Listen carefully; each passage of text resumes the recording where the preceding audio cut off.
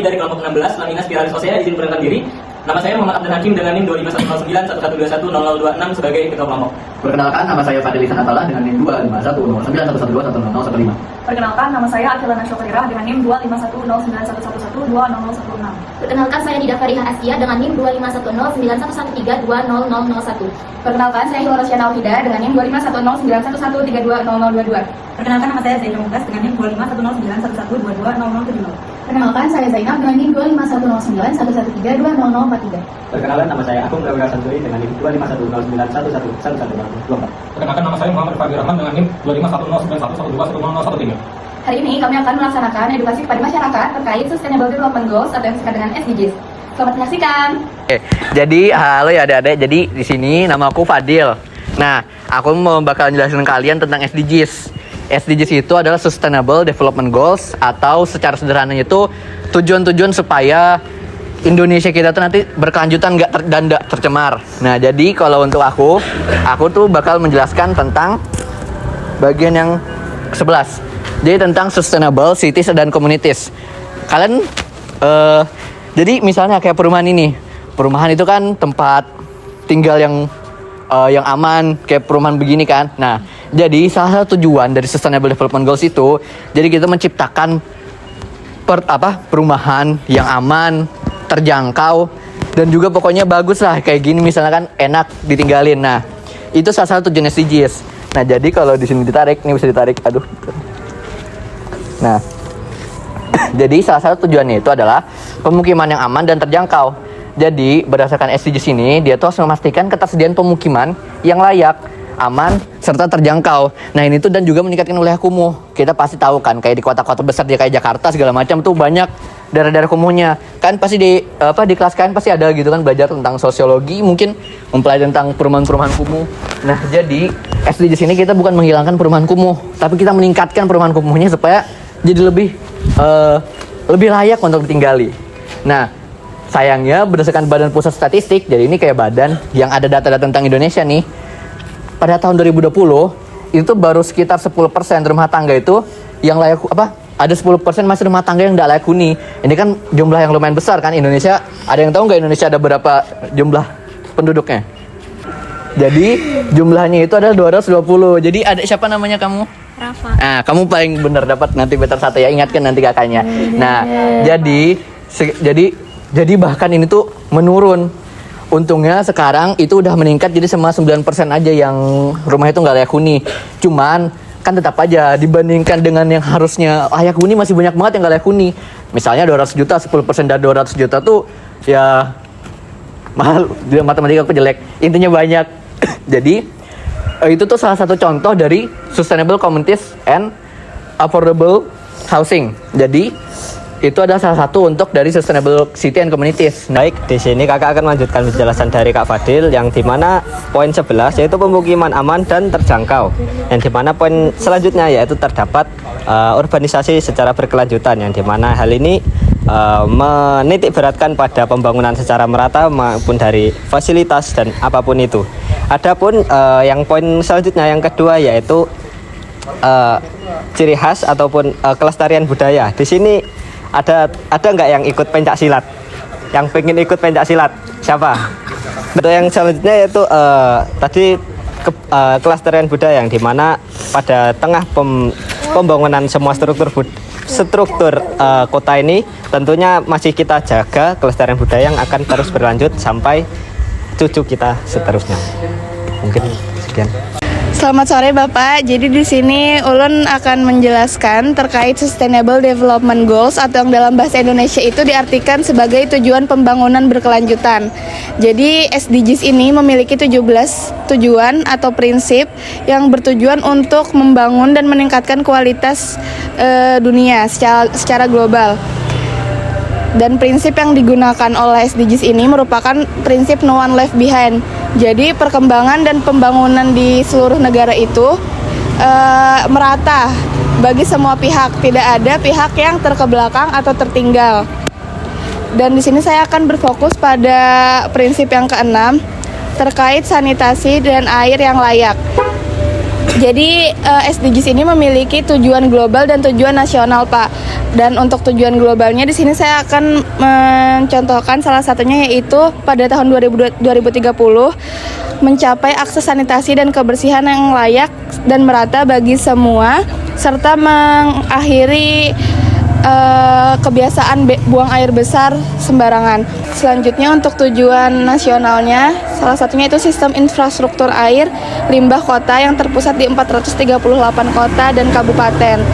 Jadi sanitasi ini merupakan salah satu hal dan poin penting Pak, di mana jika terjadi kegagalan dalam prinsip ini, maka akan mengakibatkan kegagalan berkelanjutan di prinsip lainnya seperti kesehatan yang baik begitu. Jadi di sini saya akan menjelaskan tentang SDGs yang ketiga, yaitu tentang good health and well-being. Nah, tantangan utama yang ada di Indonesia ini, menurut WHO, 75,3% belanja kesehatan yang ada di Indonesia ini masih tergolong tinggi angkanya. Kalau dibandingin dengan rata-rata dari kawasan Asia Tenggara, Indonesia ini angkanya masih tinggi. Yang kedua adalah jumlah tenaga kesehatan yang ada di Indonesia ini masih sangat kurang jika dibandingkan dengan standar dari WHO. Ya, kemudian saya akan melanjutkan goals dari SDGs nomor 3. Yang pertama itu adalah mengurangi rasio kematian ibu dibandingkan dengan kelahiran hidup, di mana pada tahun 2024 itu rasio kematian ibu itu sekitar 813 per 100.000 kelahiran. Kemudian yang kedua adalah mengakhiri dari epidemi AIDS, penyakit menular seperti AIDS, tuberkulosis, malaria.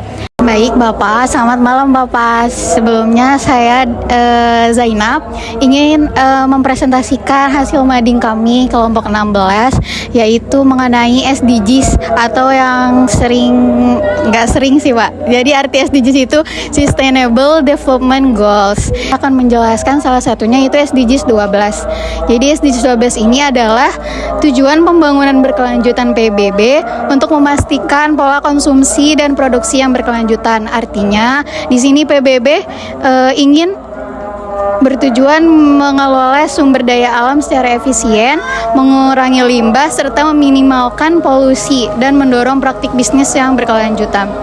Untuk tujuan utama SDGs 12 sendiri Bapak, yang pertama itu adalah efisiensi sumber daya, yang mana di sini SDGs 12 menggunakan sumber daya alam seperti air, energi dan bahan baku secara lebih bijaksana.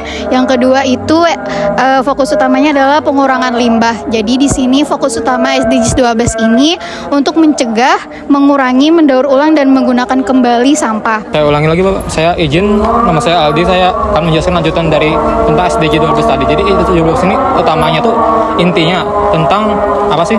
Tentang kita tuh bertanggung jawab terhadap apa yang kita konsumsi dan produksi. Contohnya dalam sampah plastik minuman. Sampah plastik minuman ini kayak ada tiga prinsip yang namanya 3R, yang itu pertama reuse, reduce dan recycle. Jadi ini salah satu prinsip yang simple yang dimana kita bisa lakukan untuk mengurangi dampak limbah plastik utamanya, karena kan seperti yang kita tahu di Banjarmasin, Banjarbaru ini kalau TPS-nya tuh banyak banget sampah yang itu berhamburan ke gunung-gunung. Apalagi kalau banjir tuh bisa airnya tuh bau banget, lewat aja kayak sudah gimana gitu.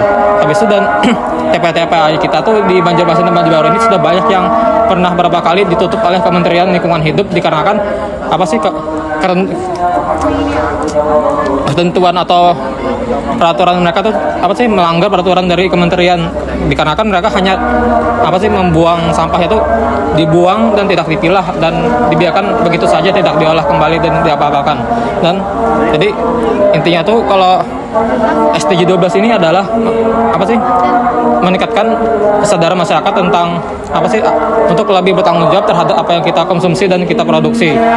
Seperti contoh tadi itu limbah plastik, minuman air dan semacamnya. Besok mendorong masyarakat untuk mendukung tentang kebijakan hijau, misalnya kayak pemerintah mungkin ada maulah kayak kebijakan tentang pemilahan sampah bisa didukung dan semacamnya. Terlalu bawah. Apa? Mungkin Bapak ada pertanyaan atau apa? Kerja nyatanya seperti apa? Contoh kerja nyata yang bisa kita lakukan sebagai masyarakat Indonesia itu, contohnya kesini aja, misalnya kita misalnya mengurangi penggunaan sampah plastik, misalnya kayak botol air minum tuh bisa kita bawa tumbler sendiri gitu.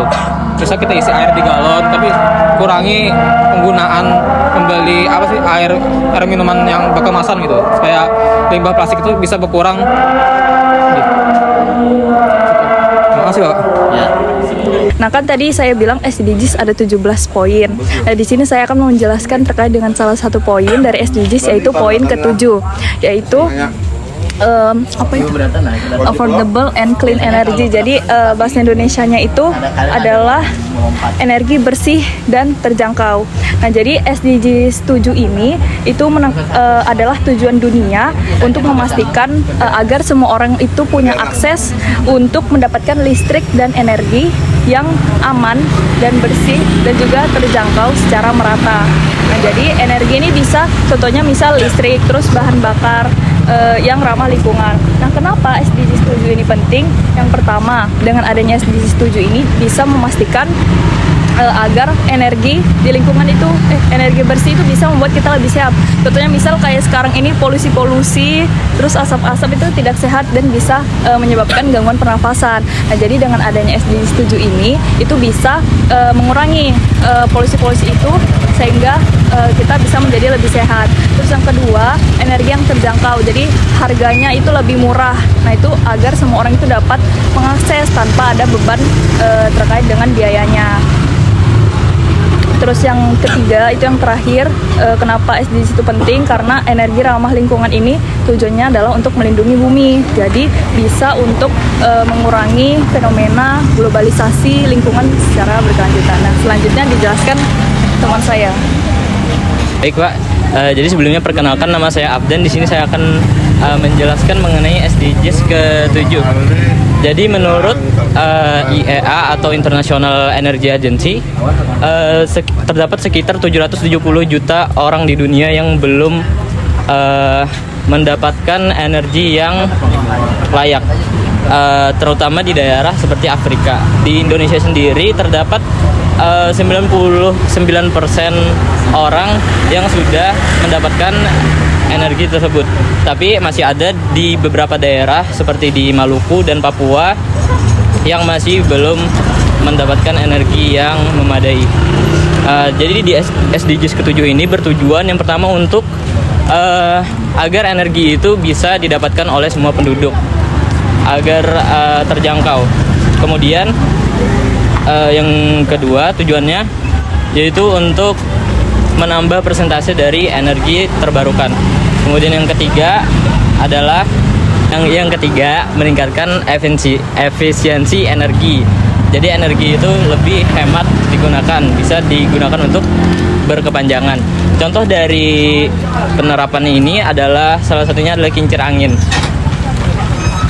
Dengan kincir angin itu menggunakan energi dari angin melewati kincir angin, kemudian baling-balingnya itu bergerak, lalu dari energi gerak tersebut dirubah menjadi energi agar bisa digunakan. Selain angin juga ada misalnya seperti dari air atau dari cahaya matahari, contohnya di panel surya. Nah, jadi angin ini merupakan energi yang tidak bisa habis. Kalau misalkan sudah berputar, angin pasti masih ada. Ya, mungkin itu saja dari saya, Pak. Terima kasih untuk waktunya.